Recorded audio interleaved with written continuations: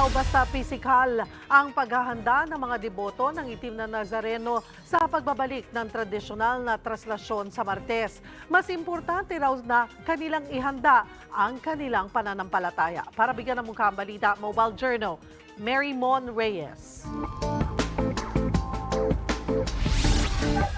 Ibig po namin makita si Jesus ang tema ngayong taon ng traslasyon o prosesyon ng Black Nazarene sa Quiapo. Pero paano nga ba nakikita ng mga mananampalataya o deboto ang poon? Sa Enero 9 na magbabalik ang traslasyon ng itim na poon ng Quiapo. Kaya ang mga deboto, kanya-kanyang bitbit at papabless ng kanilang mga replika, rosaryo, krus o pamilya. Pero bukod sa mga makukulay at pabonggahan na karo ng poon, kaliwat kanan din ang mga pusong nagbabahagi kung paano sila naging deboto ng itim na poon. Kagaya na lang ni Roland na noong 1986 pa lang ay matindi na ang pananampalataya sa Nazareno. COVID survivor po ako. Hindi po ako napabayaan ng mahal na Nazareno. Dasal lang po ang aking ginawa. Naging severe po ako sa panahon ng pandemic na naranasan natin sa loob ng 3 taon. Nandito ako, nagpapasalamat sa mahal na Nazareno.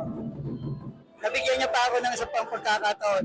Nakakabilib din ang kwento ni Rick na mula sa bilangguan, ngayon deboto na, nag-aartista pa sa mga pelikula. Pinagkaloob din daw sa kanya ng poon ang pagkakaroon ng asawa at 7 supling. Yung mga dumating sa akin sa buhay ko, marami nagbago.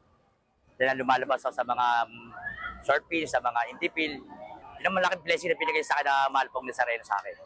Nasa bilangguan pa rin ako, kung hindi ko nakilala si mahal pong Nazareno, bad boy pa rin ako, basag ulo. Kahit sa dekadang serbisyo nila sa poon, ay may mga dalangin din silang hindi pa raw dinidinig.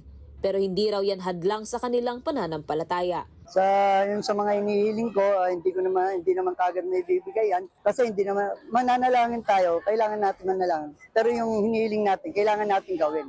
Hindi natin kailangan iasa sa kanya. Since 14 years old, deboto na ako. Bali, 4 na dekada na. Ang galing, 4 na dekada na akong deboto. Yung mga dalangin naman yung di man niya naibibigay kagad, sa tamang panahon naibibigay naman. Marami akong pinalangin, ipinalangin sa kanya, pero mas marami po siyang ibinigay na hindi ko pinalangin. Paalala sa mga deboto na mag-ingat at kung maaari ay huwag makipagsapalaran sa daloy ng tao. Mobile Journal, Mary Mon Reyes po, hatid ang mukha ng balita.